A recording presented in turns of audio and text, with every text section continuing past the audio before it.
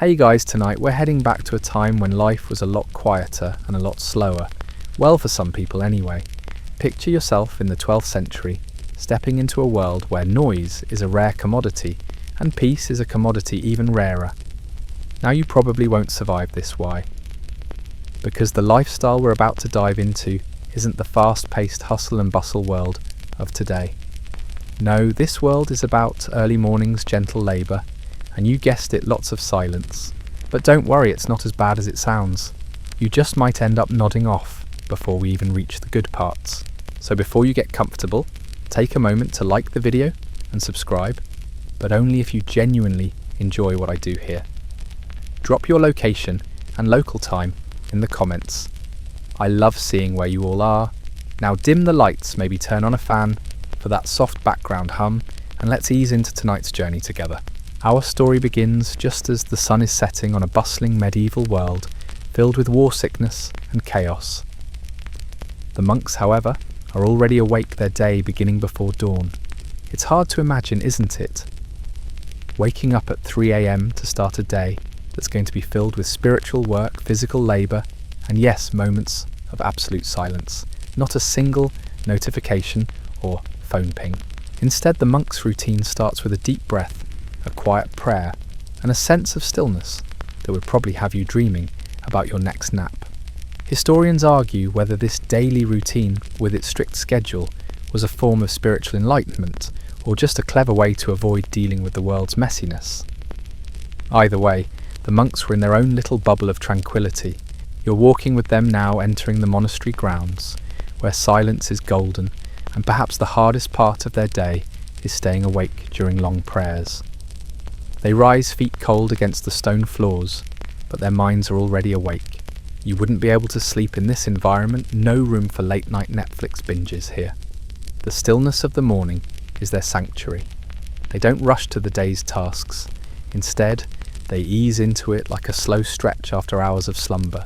This is their world, one where the smallest sounds are profound, where every movement is deliberate. As you stand there in the cool air, watching the monks prepare for the day ahead, you can't help but notice the sanctuary they've created for themselves. Monasteries, especially in medieval Europe, weren't just places of worship. They were quiet enclaves, tucked away in the hills, or nestled by rivers far from the noise and turmoil of the cities. Think of them as medieval day spa retreats for the soul. The clamour of village life, the wars, the plagues, all of it shut out. Monasteries were intentionally built to be peaceful. The thick stone walls acted like a sound barrier, preserving a calm that felt almost magical. Historians still debate whether these secluded spaces were truly about seeking God's presence, or simply a way to escape the chaos of the outside world. Some believe the isolation was a spiritual test, a way to sharpen the mind and soul.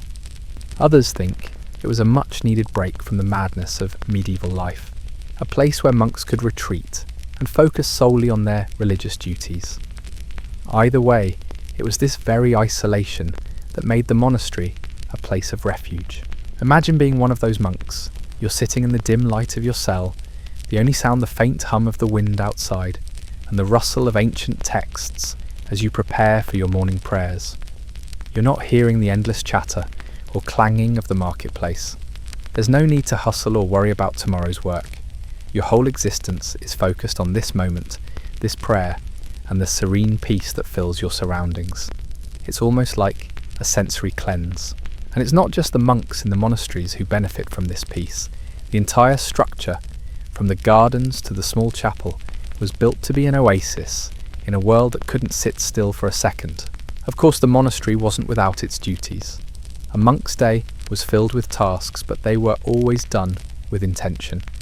Whether they were copying manuscripts, tending to the vegetable gardens, or providing hospitality to travellers, everything was treated with an almost meditative mindfulness.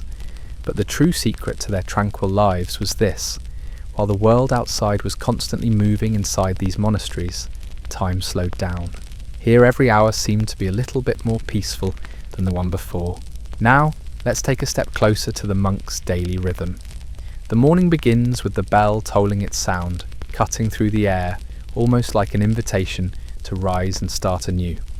It's still dark outside, and yet the monks are already gathering for matins, the first prayer of the day. But before they even get to the prayer, there's a ritual to follow, a routine that's as much about stillness as it is about piety.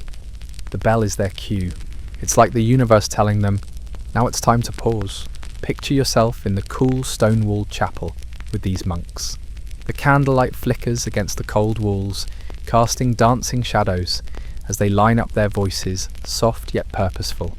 There's no rush. No one's checking their watches or tapping their feet impatiently. They're here to connect with something greater than themselves, to be present in this moment. It's an act of devotion, but also an act of calm. Each word of prayer is spoken slowly, carefully, allowing the meaning to settle into their hearts. Historians still argue whether the early morning hours were truly the best time for spiritual contemplation, or if they were just a practical decision. After all, monks could get the most out of their day by beginning early, before the distractions of daylight took over. But regardless of the reason, this quiet time in the morning set the tone for everything that followed. It's hard to imagine a life that starts like this, no rush, no noise, just calm reflection as you greet the new day. As you sit there, you can feel the peacefulness begin to wrap around you, almost like a blanket.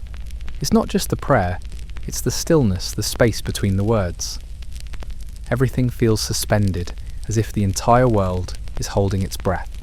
And that's what this early morning routine did for the monks. It gave them the space to breathe, to think, and to reconnect with something eternal. You too might find yourself taking a deep breath, sensing the serenity of the moment, and letting the calm wash over you. As the monks leave the chapel, the day stretches ahead of them, quiet and full of purpose. The next ritual to embrace is their daily task of tending the gardens, a place that holds as much spiritual value as any sacred text. You might imagine the monks in their humble brown robes, their hands stained with the earth. They've nurtured each movement, almost like a prayer. For the monks' gardens were more than just plots of land to grow food. They were spaces of reflection growth, and even a kind of inner peace. Medieval monks were deeply connected to the land, often cultivating plants that were not only useful, but also meaningful. Many monasteries had gardens designed with specific purposes, in mind medicinal herbs to aid the sick, vegetables to feed the community, and sometimes even flowers to beautify the grounds. But these gardens weren't just functional, they were places where monks could connect with the divine through the act of caring for nature. The very act of planting, pruning and harvesting could become a form of meditation, a way to focus the mind and soul on the present moment. Historians still argue whether the spiritual significance of these gardens was more about practical necessity or divine symbolism. Some believed that the garden was a living metaphor for the soul itself. Cultivating a garden was akin to cultivating one's own spiritual growth. Others suggest that these gardens were simply about survival, a way to ensure that the monks could feed themselves without relying on the outside world. Either way, the peaceful rhythms of the garden, sowing seeds, watering and harvesting became an integral part of the monks' contemplative lives. Imagine stepping into one of these lush green spaces. The air smells of fresh herbs, the ground soft underfoot, and the world outside seems a million miles away. You can hear only the faint rustle of leaves in the breeze and the gentle hum of bees as they work among the flowers. It's a serene world where even the smallest movement, like the brushing of your hand against a soft leaf, becomes part of the quiet dance of life. For the monks, this was the heart of their daily routine, a sanctuary where they could escape the noise of the world and simply be. The monks' connection to nature wasn't just about planting or cultivating. There was a deeper spiritual bond with the earth that shaped how they lived their lives. These gardens weren't random collections of plants. They were carefully arranged, with each plant serving a specific purpose. Think about it. Each herb, each flower, each tree was a link between the physical world and the divine. The monks saw nature as a mirror for the soul, reflecting both its fragility and its potential for growth. This belief in the sacredness of nature led to a fascinating practice that may sound unusual to modern ears. Many monks would spend hours in the gardens, simply sitting and observing. They weren't just gardeners, they were spiritual gardeners, tending to their inner peace as much as they were tending to the plants. As the soft winds blew through the trees and the sounds of birds echoed in the distance, they would meditate, using the environment around them to centre their thoughts and quiet their minds. This was the kind of peace you couldn't find in the hustle of the city. It was a type of mindfulness centuries before the practice became mainstream. Historians still debate whether these practices were purely spiritual or if there was a more practical reason behind them. Some argue that the monks' meditative approach to gardening was an essential part of their survival, ensuring that their crops thrived in harsh conditions.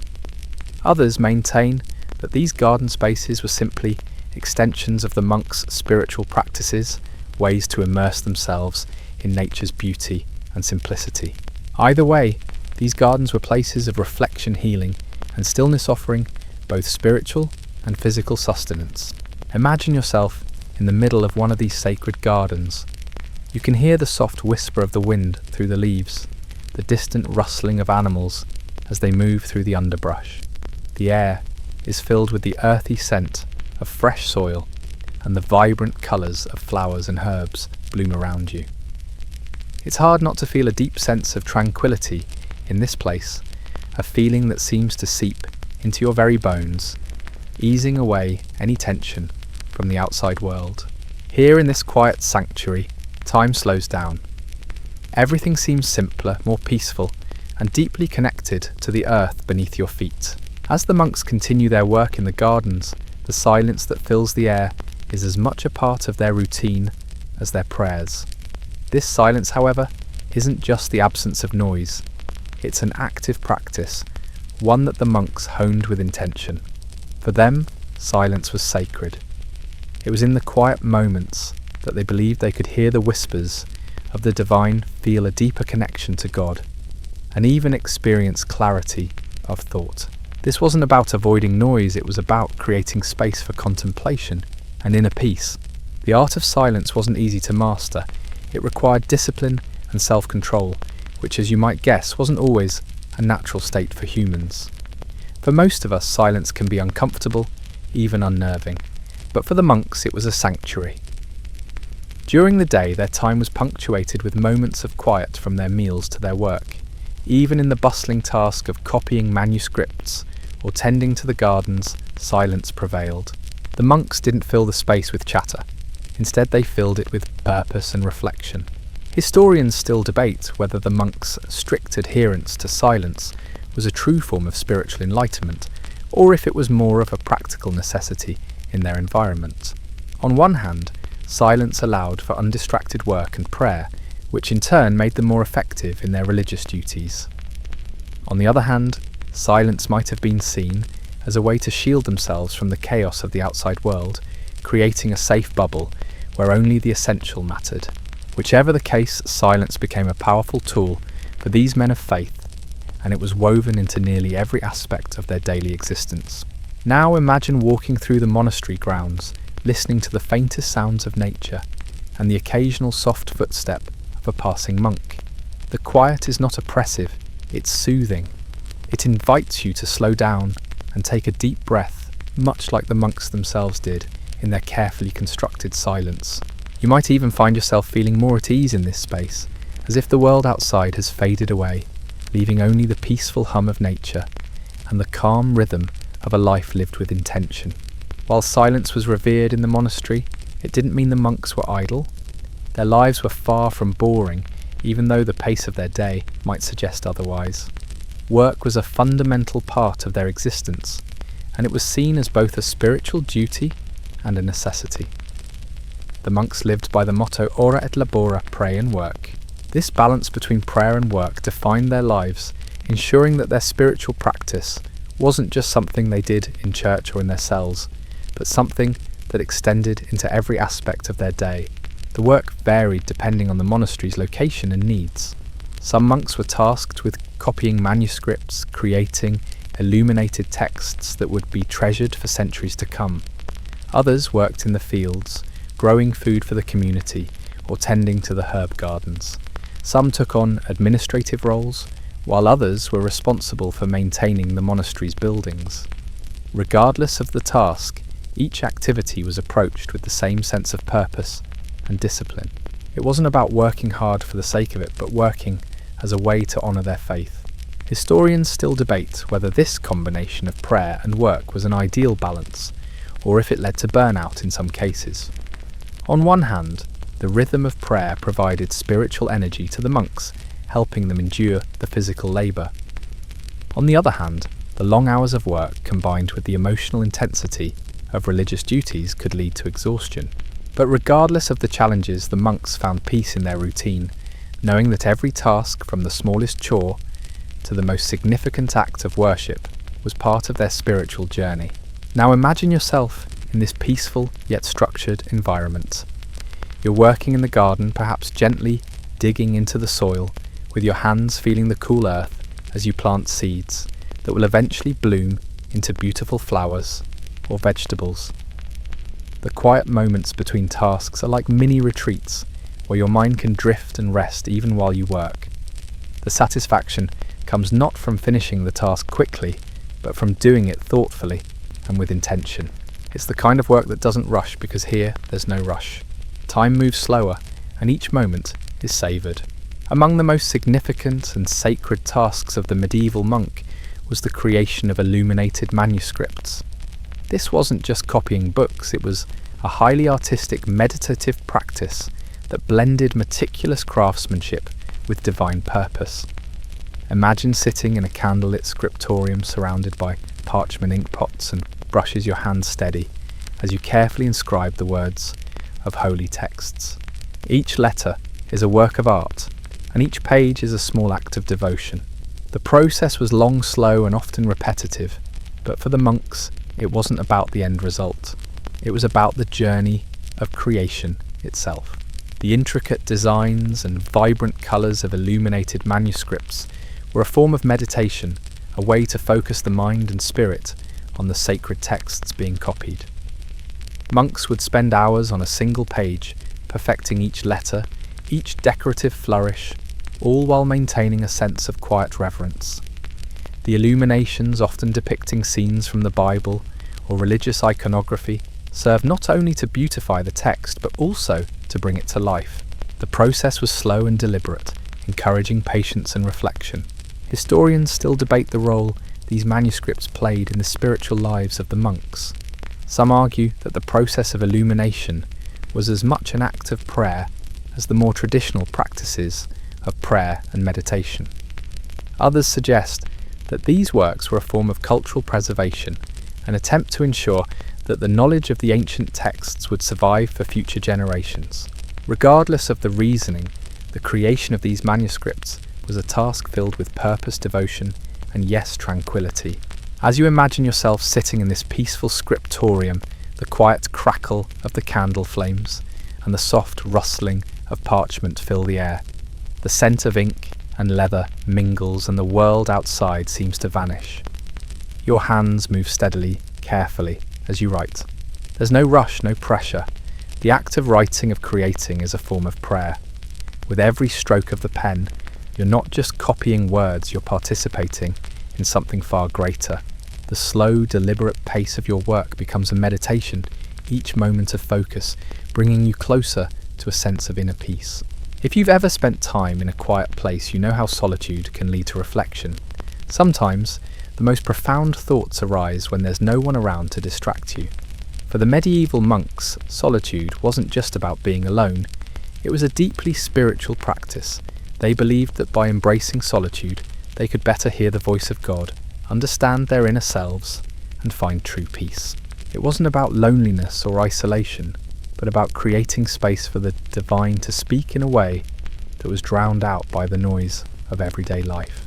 The monks' love for solitude was so profound that many chose to live in remote, isolated cells away from the communal areas of the monastery. These small, humble rooms, often no larger than a modern-day closet, were their sanctuaries. Inside they'd pray, reflect, and meditate in complete silence. The goal was simple: to cultivate a space where distractions were minimal and connection to the divine was maximised. These solitary spaces were meant to strip away the unnecessary, allowing the monks to focus entirely on their faith and inner growth. Historians still argue about how important solitude was for the monks. Some suggest that it was an essential element of monastic life, providing the monks with the opportunity to engage in deep personal communion with God. Others argue that the desire for solitude was linked to a more psychological need for retreat, a space where one could confront the challenges of the mind and spirit without external interruptions. However, it was clear that solitude wasn't just a physical state, but a mental and emotional one. It was a discipline that required as much internal work as it did external space. Imagine stepping into one of these small quiet cells. The walls are bare except for a few simple shelves that hold your religious texts, and perhaps a humble piece of furniture, just enough to live, but not much more. The only sound is the occasional breath of wind through a small window. You sit in silence, closing your eyes and allowing the quiet to fill you. With no one around to interrupt your thoughts, your mind begins to clear, and you feel a sense of calm that is difficult to find in the outside world. Here in the solitude of the cell, you find a deep connection with yourself and the divine something that's impossible to achieve in the noise of a bustling world.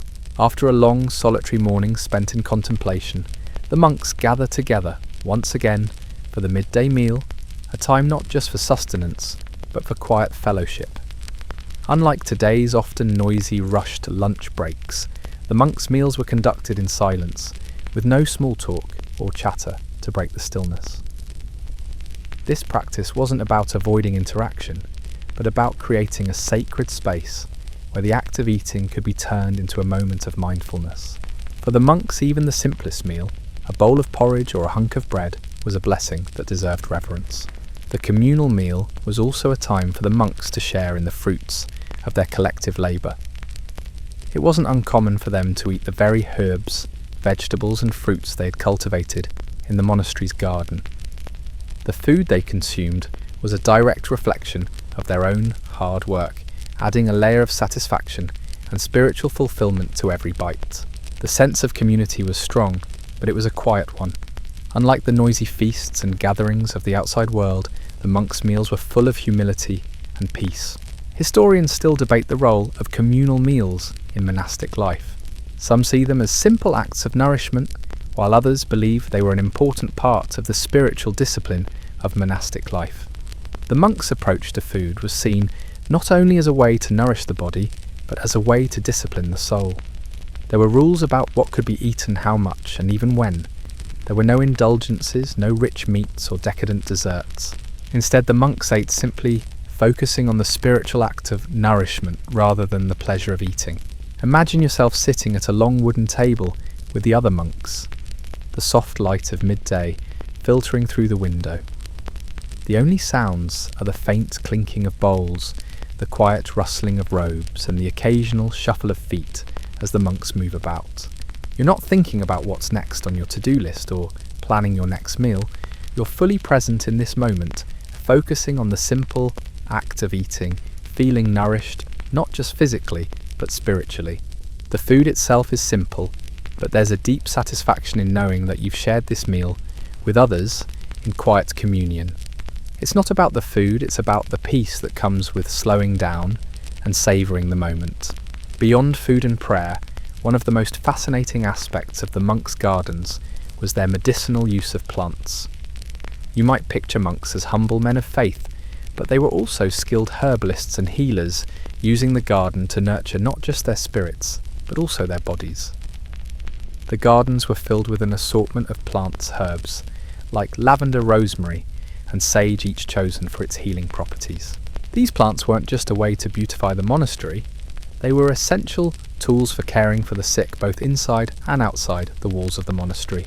The monks were often called upon to heal the local community, using their knowledge of herbs and natural remedies to treat ailments ranging from common colds to more serious conditions. Many monasteries had infirmaries where monks would treat patients with herbal concoctions, ointments, and teas. These remedies were passed down through generations, and the monks took great care to preserve and improve upon this knowledge. Their gardens weren't just places of beauty or quiet reflection, they were living pharmacies filled with plants that could cure and soothe the body. Historians still argue whether the monks' knowledge of herbal medicine was simply a product of their environment, or if it was truly a form of divine insight. Some believe that the monks were guided by a higher power in their selection of plants and the preparation of their remedies. Others suggest that their understanding of herbalism was born out of necessity. Many of them had to be self-sufficient, and knowledge of plants was crucial for survival. Either way, their gardens were indispensable, not just for physical health, but for spiritual well-being. The act of growing and using these plants was seen as a form of divine service, a way to honour God through practical action. Imagine walking through one of these gardens where every plant has a purpose. You pause beside a patch of lavender, breathing in its calming scent, knowing that this simple plant could help someone suffering from anxiety or insomnia.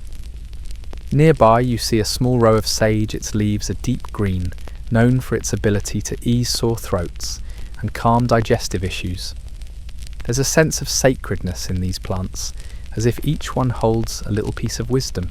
The monks would have known exactly how to prepare them, mixing teas, creating poultices, and offering these gifts of the earth to those in need. The garden in this sense becomes not just a space for spiritual growth, but a place where the body could be healed and nurtured with the same care and attention given to the soul. The discipline that permeated monastic life extended beyond gardens and prayer. The monks were governed by an array of rules that structured every aspect of their daily existence. These rules weren't just about religion, they were about maintaining order, peace, and perhaps most importantly, silence. Some of these laws were practical, meant to ensure that everything from food to behaviour was kept in harmony with the monastic way of life. But others were truly peculiar, strange even by today's standards, and they serve as a fascinating glimpse into the highly regulated world of the medieval monk. Take, for example, the rule of silence. It wasn't just encouraged, it was enforced, with monks taking vows to refrain from speaking unnecessarily. The monks were allowed to talk only when absolutely necessary, and even then the conversation had to be focused on spiritual matters. The idea was that silence allowed them to hear God more clearly, to focus their attention on the divine without distraction. This rule of silence wasn't just an internal choice, it was a communal effort. The monks would communicate through gestures and written notes, and sometimes even the simplest glance could convey a wealth of meaning. Historians still debate whether this extreme silence was a tool for deepening spirituality or a product of the times. Some argue that the silence was an essential part of the monastic commitment, helping the monks maintain their focus and dedication. Others suggest it was more of a coping mechanism in a world filled with constant conflict and noise. Whatever the case, the silence was deeply embedded in the daily lives of the monks, and it shaped everything from their behaviour to the way they communicated.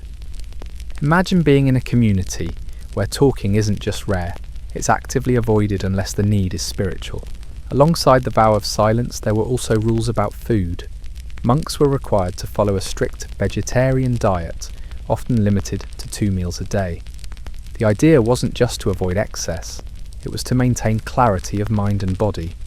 Every meal was modest, simple, and prepared with reverence. Monks would fast periodically, both as a form of penance and as a way to purify the body. These fasts weren't about deprivation, they were about discipline and devotion. By controlling what they consumed, the monks believed they could gain better control over their desires and keep their hearts focused on their spiritual journey. Imagine yourself sitting in a monastery, the silence around you, thick and palpable. You pass by your fellow monks, none of them speaking a word. Yet there's a deep sense of understanding in every glance exchanged. Your mind feels clear, undistracted, and you start to understand the power of silence, how it creates a kind of collective peace. It's not a silence of isolation.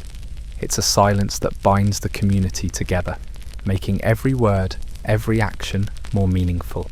In this stillness, you find not just discipline, but peace. And in that peace, you feel a connection to something greater than yourself. The monks' influence extended far beyond the walls of their monasteries, especially when it came to agriculture. While many people in medieval Europe struggled with farming techniques, monks were at the forefront of agricultural innovation. They understood that a well-cultivated piece of land was essential for the survival of their community and the sustenance of their spiritual practices.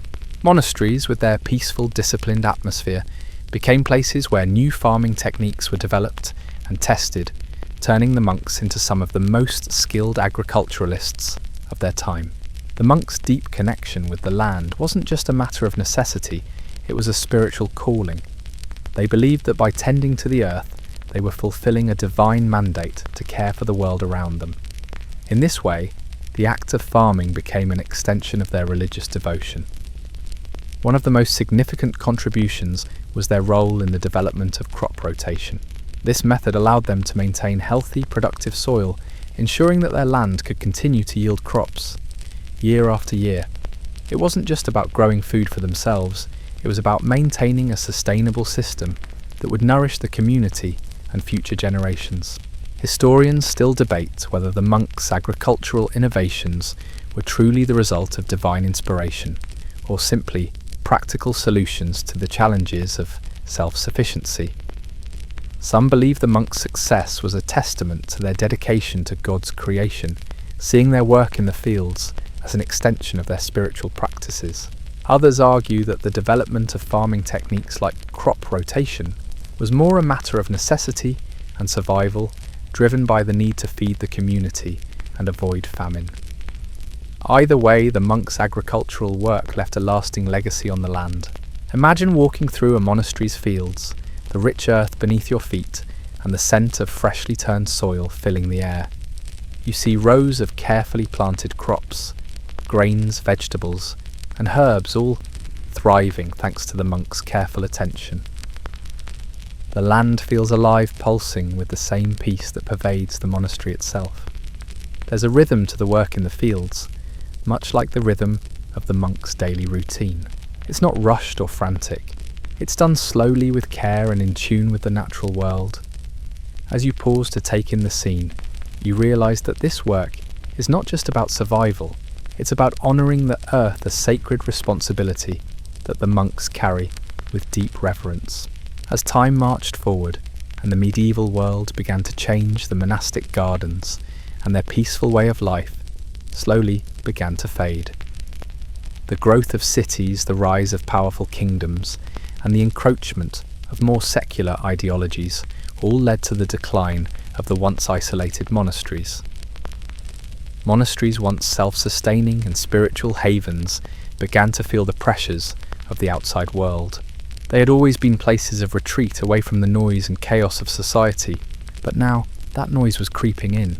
The dissolution of many monasteries, particularly during the Reformation and later during the rise of Enlightenment thinking, marked the end of an era. The great monastic gardens that had once provided peace, beauty, and sustenance were abandoned or repurposed. The tranquil meditative spaces were paved over for new towns or converted into farmland. The quiet rhythms of the monks' lives were replaced by the hustle of industry and urbanization. It was as if the world itself, too busy with its own progress, could no longer afford to maintain such stillness. Historians argue over whether this decline was inevitable or if it was a product of the changing values of the time. Some see it as a necessary shift. The rise of secularism, the drive for scientific advancement, and the need for economic growth made the peaceful life of the monastery seem increasingly irrelevant. Others view it as a tragic loss, a sign that the world was losing something deeply sacred and peaceful that had once held great value. Whatever the reason, the fall of the monastic gardens was symbolic of a larger shift in society, a movement away from spiritual contemplation and toward the fast-paced, noisy world that we know today. Imagine standing in one of these old, abandoned monasteries, the ruins of the once beautiful gardens, now overgrown with wild plants. You walk through the remains of the stone walls, the echoes of the monks' quiet lives still hanging in the air. The stillness is gone, replaced by the sounds of nature reclaiming the space. In a way, you can still feel the peace that once permeated this place, even as the world around it has moved on. The gardens are no longer tended, but the spirit of tranquility lingers in the silence. like a whisper from the past. It's a reminder that the peaceful, slow-paced life of the monks once existed here in a world that seemed for a moment to understand the value of stillness. As we reach the final moments of our journey through the quiet lives of the medieval monks and their tranquil gardens, it's time to reflect on the legacy that remains. Even though the monastic gardens, as we knew them, have largely disappeared, their influence can still be seen today. The principles of silence, contemplation, and connection to the land continue to resonate in modern times, even if they have taken on new forms. Monastic gardens, with their spiritual purpose and careful cultivation, helped lay the foundation for many of the gardens we see today. The concept of creating spaces where nature and peace coexist, where you can step away from the world's noise and find solace, is still a cherished ideal. Many modern garden designs, especially those focused on meditation or healing, draw inspiration from the types of gardens the monks once cultivated. The use of herbs, flowers, and plants for both spiritual and physical wellness continues in our own time, though now we often call it horticulture therapy or healing gardens. There's something deeply soothing about spending time in a garden even now, and it's a small way to reconnect with the slow, deliberate peace that the monks once enjoyed. Historians still debate whether the monks' way of life could ever be replicated today. On one hand, the world is much different now, filled with distractions, technology, and constant demands. The idea of living in quiet solitude might seem impossible in the modern world, where everything moves at a faster pace. On the other hand, the values that the monks held dear, silence, stillness, connection to nature, are more relevant than ever. In an age of constant noise, many of us yearn for the calm that the monks found so effortlessly. Perhaps the monastic lifestyle, with all its simplicity and purpose, offers a quiet kind of wisdom that we can still learn from today.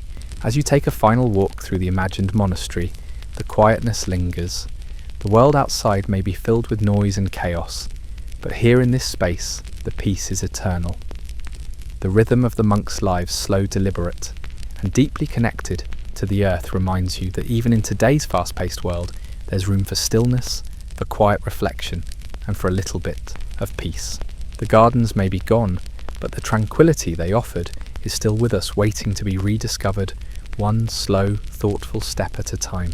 Now, as you settle into your own quiet space, perhaps you can carry with you a small piece of this monastic tranquility.